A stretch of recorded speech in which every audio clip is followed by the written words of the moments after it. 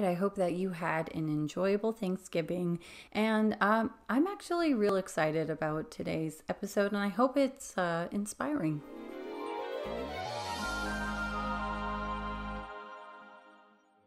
Hello, darlings, and welcome to Performance Perspective, where we talk about different performances. Oh my gosh, that's new, but that makes more sense than musicals. I'm gonna keep that in mind. Where we watch different performances, whether they're on TV or on stage. You're watching this in real time. I'm like, why haven't I been saying that? So if you like that, don't forget to subscribe. And today we are going to talk about Stephen Sondheim and how important mentoring is. Now, I did a video about Angela Lansbury and what we can learn from her, and I think it's time to talk about another legend. November 26th will be the 1-year anniversary of us losing Stephen Sondheim, yet he continues to live on through his work and also the people that he has mentored. Hence, I decided to call him the Godfather of Broadway. He began as a lyricist of West Side Story and went on to compose the music and lyrics for Sweeney Todd, Into the Woods, and Sunday in the Park with George, just to name a few. Now, this may seem random in this video, but I don't like Andrew Lloyd Webber. I know, and for the longest time I felt very alone about this opinion, and I couldn't articulate why I didn't like him, but I loved Sondheim.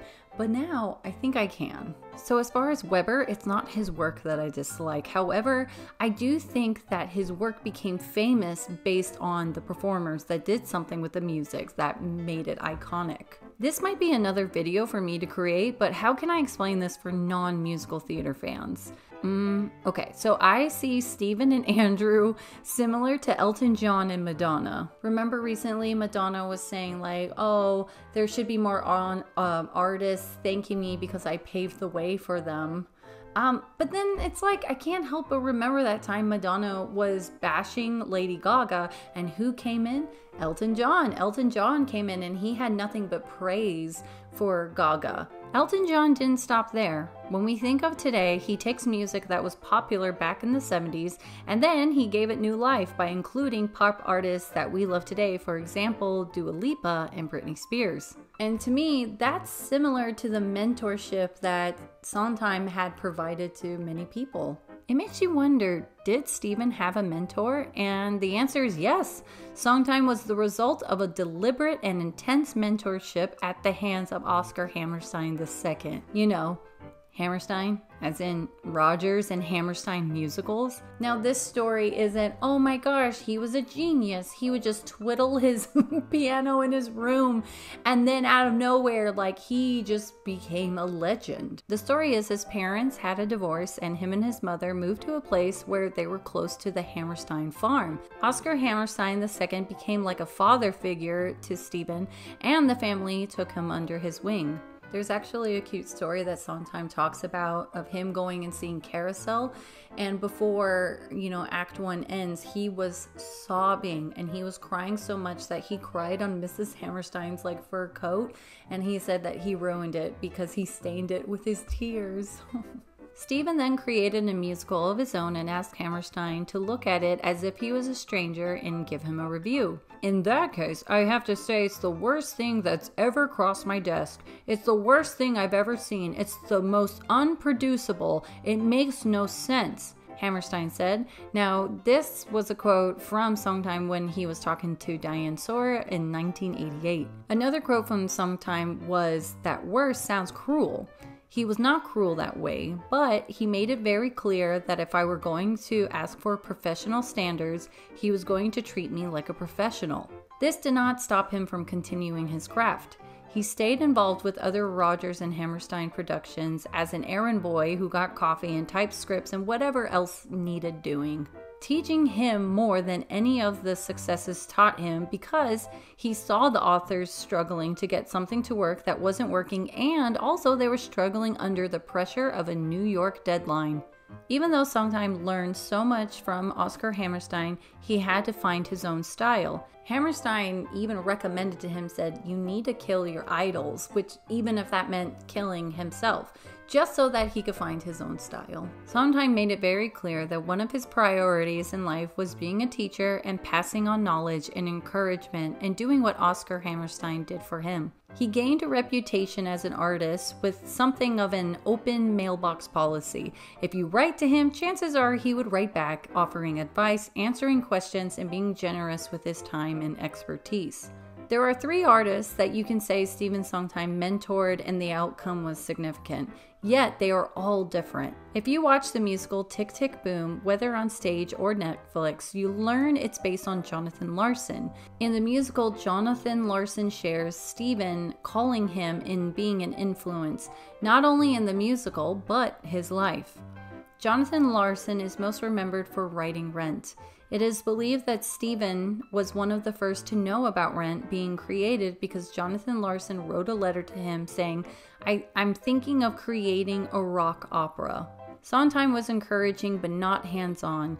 He responded to Larson's letters offering advice. He wrote letters of recommendation, helping him get awards that kept him afloat, helped him get a big-time agent, which isn't in the case in the film. He even let Larson sit in on rehearsals for the original production of Into the Woods in the 80s. Does that not sound like someone going beyond? Like who, that's my favorite musical. Like who wouldn't want to be there during that time? Well, probably people who don't care for musicals, but still, like, let me know, would you want to be there? Now we're going to talk about my favorite composer, who is Jason Robert Brown. He is known for composing The Last 5 Years, Parade, 13 the Musical. I think what it is about his work is I love the piano, and it's almost as if he has the piano as a character within the productions. That's just an opinion. Brown has stated that when he was introduced to Sondheim's Sweeney Todd and Sunday in the Park with George, that he realized how much a composer could do to tell a story. It was from that point on that he knew he wanted to write musicals. He has said that if it wasn't for seeing those shows, he probably would have been in a rock band.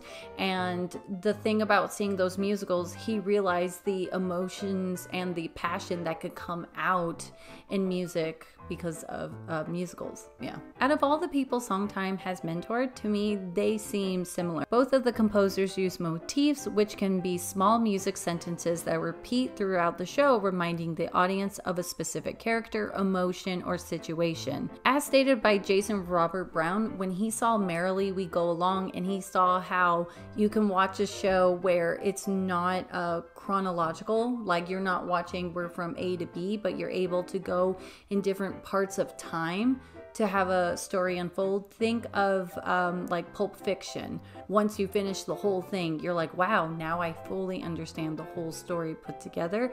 And that was Merrily We Roll Along, and that was what inspired him to do The Last 5 Years, which, if you don't know that musical, you're watching, it's only 2 people in it, and it's about a relationship, and you're watching a relationship between this guy and girl, but you're watching the girl's view of the relationship at the end going to the beginning, while you're watching the guy's view of their relationship from the beginning to the ending. But yeah, very cool. I think this is a great example of how you can be inspired by your heroes, but still make it your own. Also, if interested, you can actually watch workshops run by Jason Robert Brown. I'm not going to lie, I follow his TikTok. Yeah. Lastly, I want to bring up Lin-Manuel Miranda. I don't think this is shocking, but did you know he directed Tick, Tick, Boom on Netflix? And he has a huge love for all of Sondheim's musicals. Like, you could go back years of him talking about each musical. In an interview on NPR's Fresh Air, Lin-Manuel Miranda told host Terry Gross how Sondheim was a sounding board and an encourager of his talent. When he was directing Tick, Tick, Boom, he would actually send the scenes to Sondheim to like just get approval or talk about it. There's a part within the musical in real life he actually called and left a voicemail for Jonathan Larson, and he responded to Lin-Manuel and said, I can write something better. I think it's really cool because in the movie, you know, Sondheim, there is an actor playing him, but in the voice message, it's Sondheim himself. After that movie, it was announced that he passed away 91. Wow. He volunteered to record it himself, and what a lovely gift. I mean, the simple encouragement of keep writing and be proud. If you're not a writer, think of whatever craft you're working on and keep going and be proud with what you're doing. We know that Stephen was a busy man, yet he knew it was important for him to mentor those that were seeking help, and it's a process for us to continue. This did remind me of the musical Hello, Dolly, where she says the line like, "Money is like manure, you have to spread it around to see things grow." But instead of money, I think it's knowledge, and that's how I feel about what Stephen did, where it's like, hey, this is the knowledge I have, and it's not like him being like, this is knowledge I have, my own, I made it up. If we think about it, a lot of things that he learned was because of Hammerstein.